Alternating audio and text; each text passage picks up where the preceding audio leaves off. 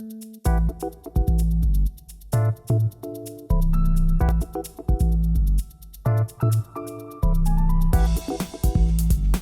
m'intéressais dans un contexte de recherche fondamentale à essayer de comprendre comment des organismes marins, notamment des vers marins qui appartiennent au phylum des annélides, comment ils pouvaient respirer.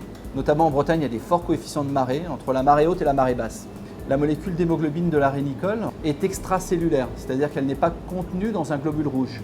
En plus, elle n'est pas glycosylée, donc qui lui confère en fait une universalité d'utilisation. Elle a une très grande capacité oxyphorique, c'est-à-dire à transporter l'oxygène, 4 oxygènes pour un tétramère d'hémoglobine humaine, jusqu'à 150 molécules d'oxygène pour cette molécule d'hémoglobine de vers marin. C'est vraiment une innovation de rupture. Donc, c'est-à-dire que ce que l'on a trouvé, c'est un changement de paradigme. On n'est pas dans l'innovation incrémentale, on invente complètement tout un domaine d'activité. Les applications thérapeutiques sur lesquelles on est les plus avancés, c'est d'utiliser cette molécule comme adjuvant aux solutions de préservation des greffons.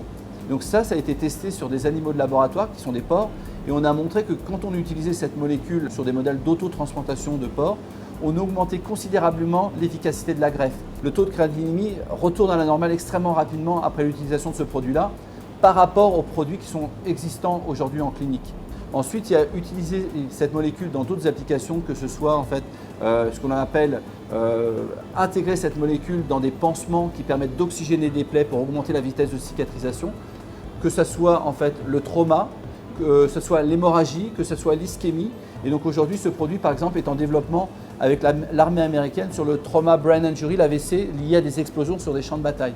Et des applications purement industrielles, utiliser ces molécules en fait dans la culture cellulaire, que ce soit la culture cellulaire de laboratoire, que ce soit la culture cellulaire pharmaceutique pour faire des anticorps monoclonaux, ou que ce soit de la culture cellulaire dans le domaine de l'agro. Le produit aujourd'hui a été fabriqué de façon industrielle par nos partenaires sous-traitants. On a également déposé un dossier, ce qu'on appelle un PHRC d'études cliniques. Ce PHRC a été accepté en fait, dans le cadre de cette étude clinique.